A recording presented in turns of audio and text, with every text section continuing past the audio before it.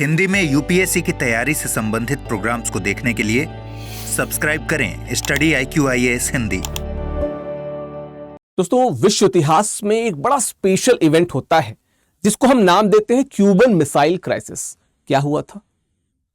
Latin America में Cuba जो देश है उसको यूएसएसआर ने अपना एक गढ़ बनाया और यूएसए को, जिससे उसकी कोल्ड वॉर चल रही थी, शीत युद्ध चल रहा था, उसको आईना दिखाया। आज जिस न्यूज को लेकर मैं आपके सामने हाजिर हूं लगभग वैसी ही है। स्थिति थोड़ी सी अलग है। यूएसएसआर की जगह चाइना है और इस बार यह कोशिश किसने की है? यूएसए ने की है चाइना को आईना दिखाने की। लेकिन बीच में वेनेजुएला क्या कर रहा है, इस पे हम बात करेंगे, विस्तार से बात करेंगे।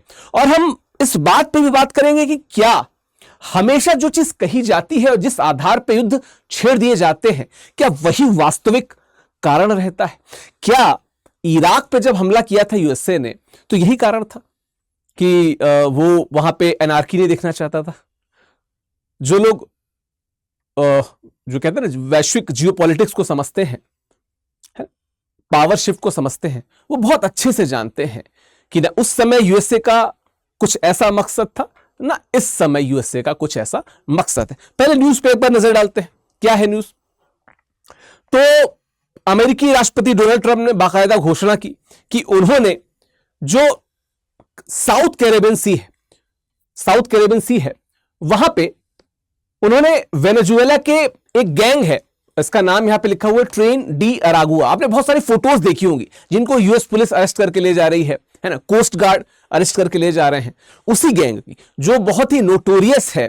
किस कारण? जो नशीली दवाएं बेचने के आरोप में बहुत ज्यादा वहां पे नोटोरियस है, उनका नाम होता है। बहुत सारी आपने वेब सीरीज देखी होंगी इस दौरान, जहां पे नशीली दवाइयों का जो गढ़ है यूएसए बनता जा रहा है और उस पर चिंता जताई जा रही है। आपने बहुत सारे वीडियोस देखे होंगे कैलिफोर्निया के आसपास के क्षेत्रों में, जहां पे नशे की लत में कितने युवा और कितने बुजुर्ग आपको दिख जाएंगे। और निश्चित तौर पे यूएसए के राष्ट्रीय स्तर पे, राष्ट्रीय संदर्भ में यह चिंता का विषय भी है। और यूएसए ने इसको ही ढाल बना के जो वेनेजुएला के एक्सक्लूसिव सी जोन में आता है क्षेत्र, वहां पे हमला किया और कहा कि हमने कार्टेल को ध्वस्त किया है ना। लेकिन जो लोग जियोपॉलिटिक्स को समझते हैं उनको पता है कि दरअसल उनका टारगेट क्या है। हम इन सब पे बात करेंगे, ठीक है, इन सब पे बात करेंगे। अमेरिका की नशीली दवाओं के खिलाफ लड़ाई में एक नया मोड़ है। क्षेत्रीय राजनीति और अंतर्राष्ट्रीय कानून के संदर्भ में भी कई जटिल प्रश्न हैं। छोटा सा हिंट आपको दे देता हूं, आप समझ जाएंगे। वेनेजुएला जिसके राष्ट्रपति निकोलस माडुरो हैं, 2013 में जब उन्होंने पदभार संभाला था, उसके बाद से अगर तार्किक रूप से कहा जाए तो वेनेजुएला की स्थिति बहुत अच्छी नहीं रही है। हम सबको 2018-19 का वो समय याद है। पिछले साल 2024 के प्रीलिम्स में यूपीएससी ने पूछा भी था वेनेजुएला की स्थिति के बारे में कि कितनी बुरी स्थिति हो चुकी है, जबकि घोषित रूप से, तथ्यात्मक रूप से अगर बात की जाए तो शायद वेनेजुएला एक ऐसा देश है जहां पे सबसे ज्यादा ऑयल रिजर्व है। शायद नहीं, मतलब फैक्ट है। ऐसा देश जहां पे सबसे ज्यादा ऑयल रिजर्व है पूरे विश्व में, जिस चीज की मारामारी है वो ऑयल है। ऐसे में एक ऐसा देश जो वेनेजुएला के नाम पे एक कार्टेल पे हमला करता है, और पीछे से हमें एक बात और पता चलती है कि वेनेजुएला में बहुत बड़ी मात्रा में इन्वेस्टमेंट किस देश का है? चाइना का है। तो आप सबको समझ में आ रहा होगा कि तीर जहां पे दरअसल छोड़ा गया है, उसके अलावा दो अलग जगहों पे उसका निशाना देख रहा है यूएसए, है ना। इसमें विस्तार से बात करेंगे। बस एक चीज बताता चलूं, हिंदी साहित्य का जो नया बैच है 15 सितंबर को एडमिशन क्लोज हो रहा है। मैं पढ़ाता हूं विकास लाइव कोड के साथ, जुड़ जाइए। Best option for Hindi medium and for English medium also, दोनों के लिए बेस्ट ऑप्शन है। कबीरदास से बैच शुरू हो रहा है, ठीक है। नीचे डिटेल्स भी मिल जाएगी, स्टडी IQIAS हिंदी पे भी मिल जाएगी। आते हैं आगे बात पे, ठीक है। मेरा टेलीग्राम, इंस्टाग्राम है, आप स्कैन करके भी जुड़ जाइए। बहुत से बच्चे कमेंट बॉक्स में पूछा करते हैं, यहां पे आप स्कैन करके जुड़ सकते हैं या @ऑफिशियल विकास करेंगे, जुड़ जाएंगे। चलिए आ जाते हैं बिंदु पे। तो देखिए यहां पे ये रहा आपका देश वेनेजुएला, आप देख रहे होंगे यहाँ पे, ठीक है। और ये कैरेबियन सी आप यहाँ पे देख सकते हैं। इसी के दक्षिण भाग में जो इनका जोन है, एक्सक्लूसिव इकोनॉमिक जोन जो वेनेजुएला का है, वहां पे एक कार्टेल पे हमला, उसका वीडियो भी जारी किया है यूएसए ने। और उन्होंने कहा कि यूएसए में जो प्रॉब्लम है नशीली दवाइयों की, ड्रग्स की, उसको टारगेट करने के लिए डोनाल्ड ट्रंप की जो प्रशासन है उसने हमला किया है, यह कहा गया। लिखित रूप में ऐसी चीजें कही जाती हैं। अभी जो ईरान पे हमला हुआ है ना, या उसके पहले जब मैंने इराक पे हमले की बात की थी, जब सद्दाम हुसैन थे, लिखित रूप में चीजें ऐसी ही कही जाती हैं। असलियत में जो सच्चाई होती है वो कुछ और होती है ना। ठीक है, तो क्या है, पहले हुआ क्या इसको देख लेते हैं। तो हुआ क्या कि स्थान दक्षिणी कैरिबियन सागर में अंतरराष्ट्रीय जल क्षेत्र में अगर आप बात की जाए तो क्या है, वेनेजुएला की ट्रेन डी अरागुआ गैंग से जुड़ी नशीली दवाओं की तस्करी करने वाली स्पीड बोट पे हमला किया गया है ना। परिणाम 11 तस्करों की मौत, कई अमेरिकी सैनिक घायल नहीं है, इसमें बताया गया है। और ट्रंप ने एक काले सफेद वीडियो में साझा किया जिसमें एक स्पीड बोट पे आग लगी दिखाई गई है। ये एक सिंबल है ना। जियो पॉलिटिक्स में सिंबल बहुत काम करते हैं। अभी कुछ दिनों पहले हमने एक विजुअल देखा जहां पे प्रधानमंत्री मोदी, पुतिन और शी जिनपिंग बहुत अच्छे से बात करते नजर आ रहे हैं। ये एक नई जियोपॉलिटिक्स की नींव भी कही जा सकती है। और ये जो वीडियो ट्रंप प्रशासन ने रिलीज किया, ये अलग सिंबल दिखाता है। ठीक है, उस सिंबल पे जाने से पहले मैं आपको एक मैप दिखाना चाहता हूं। ये कैरिबियन सी का मैप है, ये कैरिबियन सी, ठीक है, ये आप देख सकते हैं यहां पे। ठीक है, ये यहां पे कोलंबिया है, वेनेजुएला है, यहां पे गयाना है। अब अगर कैरिबियन सी की बात की जाए तो एक लंबे समय तक यूएसए का ठीक ठाक होल्ड था इस पे, लेकिन पिछले 15 से 20 वर्षों की बात की जाए तो लगातार तरीके से जो चाइना है यानी कि चीन, वो लगातार इन्वेस्टमेंट बढ़ा रहा है और कहीं ना कहीं इस क्षेत्र में जितने भी आसपास के देश है, आइलैंड है, वहां पे इन्वेस्टमेंट बढ़ा रहा है। तो जो स्ट्रिंग ऑफ पर्ल्स हम भारत के लिए देखते हैं वो सिर्फ भारत के लिए नहीं है, वो यूएसए या इस क्षेत्र में यूएसए को टाइट करने के लिए चीन लगातार प्रयास कर रहा है। तो ये कैरिबियन सी है। अब ये जो वेनेजुएला गुयाना का क्षेत्र है, इन दोनों क्षेत्रों में अगर आप बात करें तो ठीक ठाक इन्वेस्टमेंट चीन ने कर रखी है। और एक बात ही, दूसरी बात, वेनेजुएला ऑयल रिजर्व्स के मामले में नंबर 1 पे।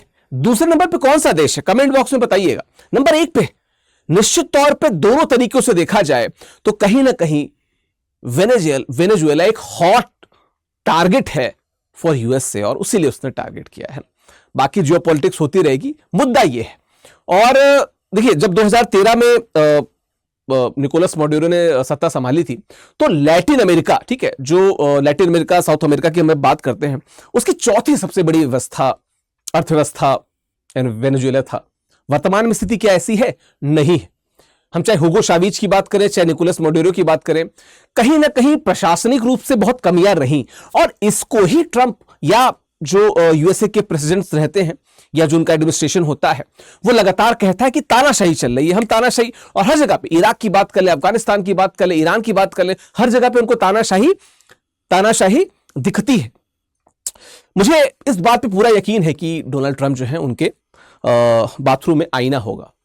बात को आगे बढ़ाते हैं, चलिए बात की जाए अगर इसकी, तो हमने बता दिया कि ये वेनेजुएला है और कुल मिलाकर कुछ इस एरिया में हमला किया गया है। और अगर देखा जाए तो EEZ जो वेनेजुएला का है वहां पे हमला किया गया है जो यूएसए टारगेट करना चाहता है। ठीक है, चलिए क्यों हुआ हमला, इस पे बात कर लेते हैं। निश्चित तौर पे यूएसए में जो ड्रग्स की समस्या है, नशीली दवाओं की समस्या है, वो निश्चित तौर पर बहुतायत में देखी जा रही। मैंने पहले ही बताया, ठीक है, पहले ही बताया। फिर वही बात है ना कि कहीं पे निगाहें, कहीं पे निशाना। ठीक है, और यूएसए ने शुरू कर दिया है अपना गाना, है ना। तो बड़ी मात्रा में कोकीन और अन्य नशीली दवाएं अमेरिकी तस्करी के जरिए पहुंचाई जाती हैं, ऐसा यूएसए का आरोप है कि वेनेजुएला के जो ड्रग तस्कर हैं उनके द्वारा यूएसए में पहुंचाया जाता है और वही यूथ को मिल रहा है। ये जो गैंग है जिसकी बात मैंने की थी, उसके बारे में अगर देख लें तो जिसका नाम है ट्रेन डी अरागुआ गैंग, है ना, नशीली दवाओं की तस्करी में शामिल है ना, अमेरिका द्वारा आतंकवादी संगठन घोषित किया गया है और क्या है, हिंसक गतिविधियों में संलिप्त है। इन सभी चीजों में बस कोट एंड कोट कर दो कि अमेरिका द्वारा घोषित। मैं ये बिल्कुल मानता हूं कि एक जिम्मेदार देश होने के नाते, ठीक है, बड़ा भाई होने के नाते, सारे देशों का स्वघोषित बड़ा भाई होने के नाते यूएसए बहुत जिम्मेदारी पूर्वक इन चीजों को कह रहा है। पर तथ्य जो है वो ये कहते हैं कि शायद यहां पे गलत हो रहा होगा, निगाहें, निशाना कहीं और पे, है ना। चलिए, अंतरराष्ट्रीय अपराध नेटवर्क का हिस्सा है जो इंटरनेशनल कार्टेल बताई जाती है। आपने एक वेब सीरीज देखी होगी, नेटफ्लिक्स पे है, बेसिकली ड्रग तस्करी पे और बहुत बड़े ड्रग रैकेट और ड्रग माफिया पे है। कमेंट बॉक्स में जरूर बताइएगा, आप लोग तो नेटफ्लिक्स देखते रहते हैं ना, वो उन सब से ही जुड़ी हुई है। ठीक है, क्यों हुआ हमला इसकी बात कर लें अगर तो राजनीतिक तनाव, यस, तेल संपदा जो वेनेजुएला की है वो लगातार पूरे विश्व के नजरों में है। चीन भी ऐसे ही इन्वेस्टमेंट नहीं कर रहा है ना, ऐसे ही कोई चिड़िया को दाना नहीं डालता है ना। यूएसए तो हमेशा से ही बाज की नजर रही है, वो हर जगह से चीजें उठा लेना चाहता है, ठीक है। निकोलस माडुरो की सरकार की वैधता पे सवाल, मैंने बताया क्यों, क्योंकि निकोलस माडुरो की सरकार से कोई भी तार्किक देश सवाल पूछेगा, यूएसए तो वैसे भी तर्क को साइड कर देता है, तो वो तो सवाल पूछेगा ही पूछेगा। ये बहुत लंबे समय से, मैंने बताया ना 2018-19 में जो क्राइसिस हुई थी वो कभी वेनेजुएला ने देखी नहीं थी, पर वो क्राइसिस यूपीएससी ने भी उसको पूछा हुआ था, है ना। मानवाधिकार और लोकतंत्र के मुद्दे लगातार उठाए जा रहे हैं, हम सबको पता है कि लॉबिंग भी होती है, लेकिन वजह भी है। ऐसा नहीं है कि जो ड्रग कार्टेल की बात की जा रही है या जो स्थितियां बताई जा रही है वेनेजुएला की खराब, वो नहीं है, बिल्कुल खराब है ना, उस प्रकार की चीजें भी हैं, ठीक। अगर बात करें क्यों हुआ, इस पर और देखें तो राजनीतिक तनाव क्या है। अच्छा, तो इस पर तो बात हो चुकी है, आगे बढ़ जाते हैं, ठीक है। चलिए, क्या है प्रतिक्रिया, क्या हुई है, तो निश्चित तौर पे वेनेजुएला की प्रतिक्रिया नकारात्मक ही आएगी। उन्होंने क्या बोला, साम्राज्यवादी खतरा बताया। यूएसए को जो भी देश, ठीक है, जो भी देश ठीक नहीं मानते हैं, उन सब ने अलग अलग फोरम पे जाके इस बात की चर्चा की है कि एक नया साम्राज्यवादी देश यूएसए बनता जा रहा है जो अपने हिसाब से सारे एक्शंस को करता है, ठीक है। आरोप क्या लगाया गया कि अमेरिका वेनेजुएला के तेल और गैस संपदा हड़पना चाहता है, बट ऑब्वियस, बिल्कुल क्लियर है ना। उन्होंने क्या कहा कि अमेरिकी झूठी नशीली दवाओं की कहानी बनाकर सरकार को अस्थिर करने की कोशिश कर रहा है, और यूएसए ऐसा कर चुका है, लेकिन कहीं ना कहीं इधर साइड से भी कुछ गड़बड़ियां हैं जो लगातार आई। और दूसरी बात क्या, वेनेजुएला ने अपने तटों पे सेना तैनात की है इस बाबत, ठीक है। लेकिन एक और कैरिबियन आइलैंड में एक देश है त्रिनिदाद एंड टोबैगो, उन्होंने समर्थन किया। उन्होंने कहा कि ठीक है, वहां के जो राष्ट्रपति हैं कमला प्रसाद बिसेसर, उन्होंने इस कार्रवाई का स्वागत किया है। दो कारण है, पहली बात तो कि छोटा देश है, नशीली दवाइयां अगर उस क्षेत्र में है ना, कि एक मछली तो सभी तालाब को गंदा करती है, वो सिर्फ यूएसए को क्यों करेगी। तो अगर जो ड्रग तस्करी चल रही है वो गयाना को भी, त्रिनिदाद एंड टोबैगो को भी प्रभावित कर रही है, इसलिए उन्होंने बोला। कार्टर्स के खिलाफ एक सफल कार्रवाई बताया उन्होंने, और उन्होंने कहा कि कार्टर्स उनके देश में अपार पीड़ा फैलाई, जिसकी मैंने बात की, क्योंकि वो जो त्रिनिदाद एंड टोबैगो है वो भी इस पीड़ा को, नशे की लत को महसूस कर चुका है। हिंसक तरीकों से तस्करों को खत्म करने का समर्थन किया, किसने, त्रिनिदाद एंड टोबैगो ने। तो खुद एक कैरिबियन आइलैंड के देश ने, साउथ कैरिबियन जो सागर सी है, वहां पे वो हमले का समर्थन किया है, जिसका वेनेजुएला ने विरोध किया है, ठीक है। क्या कह सकते हैं हम कि यस, एक हम इसको निर्णायक कार्रवाई के रूप में देख सकते हैं नशीली दवाओं के खिलाफ। वही दूसरी तरफ अंतर्राष्ट्रीय कानून और जो सिद्धांत है उस पर सवाल खड़ा करता है। मैंने बताया कि हर देश की कोस्टल लेवल पे एक सीमा होती है, उस सीमा के अंदर उस देश का अधिकार माना जाता है। अंतर्राष्ट्रीय स्तर पे इसको ही अगर आपने यूनाइटेड नेशन जो आपने लॉस पढ़े होंगे जो सीज पे हैं, ठीक है, वो यही कहते हैं। तो कहीं ना कहीं उस जो संधि है जिसकी हम लोग बात कर रहे हैं, ये उसका अतिक्रमण तो नहीं है, उन सिद्धांतों पे सवाल तो नहीं खड़े करता, बिल्कुल खड़े करता है।